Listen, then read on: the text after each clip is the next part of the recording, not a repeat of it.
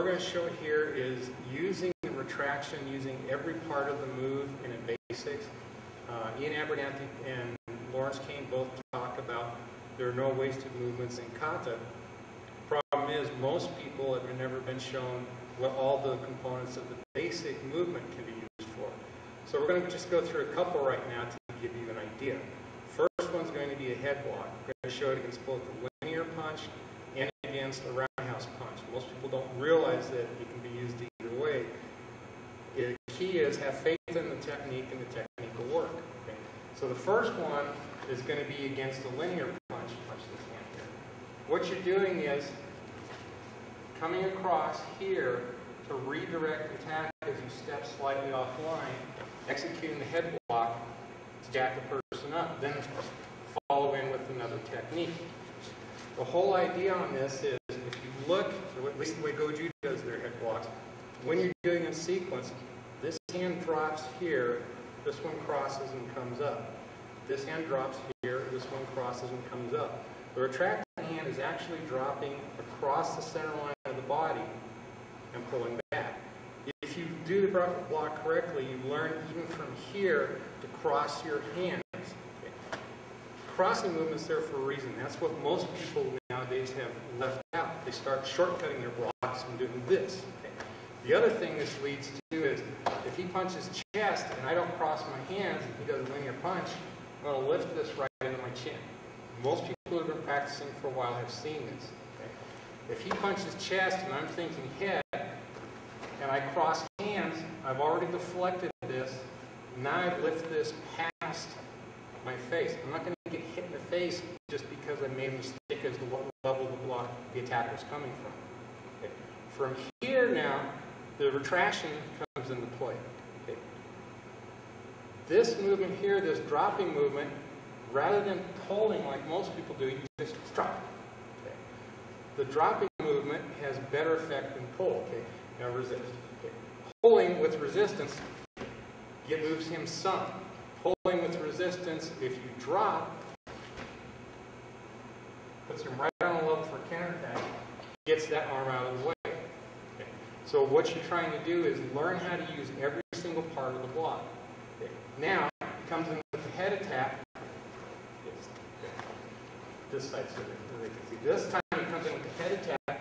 There's the crossing position.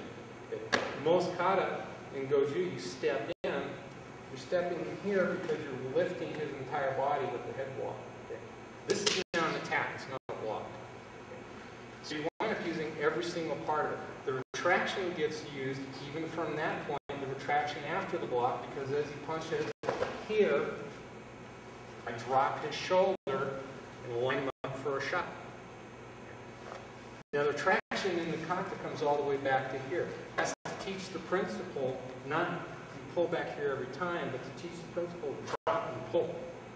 Okay. Get these muscles engaged, so even if I wind up coming down here on him, I can drop and pull him to here. Okay. Even if he's set and gets set in a really good stance and tries to resist, if I drop and pull, I'm pulling him along two different directions at the same time. If all I do is try and pull him,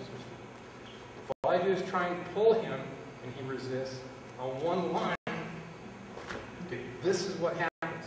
Yeah, I move him a little bit, but not very much. You learn to do this on two different directions, two different axes, two different points, everyone think at once.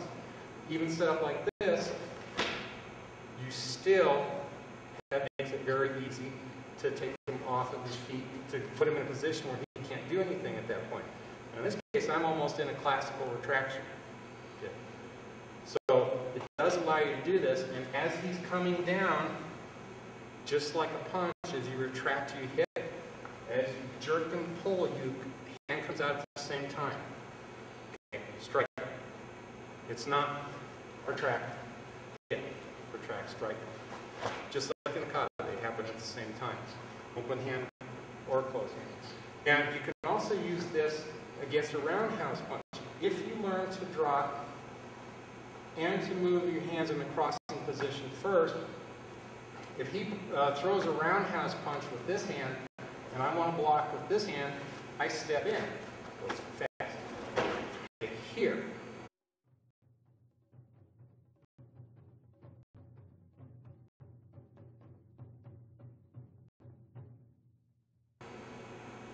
So what happens is, during that slight jar of his body,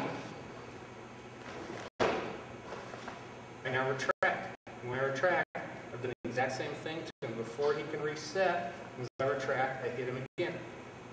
Okay.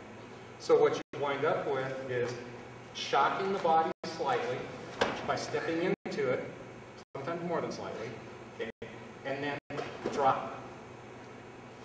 This movement here, if I want to, I can pull back slightly just to keep him from recovering as I drive into him.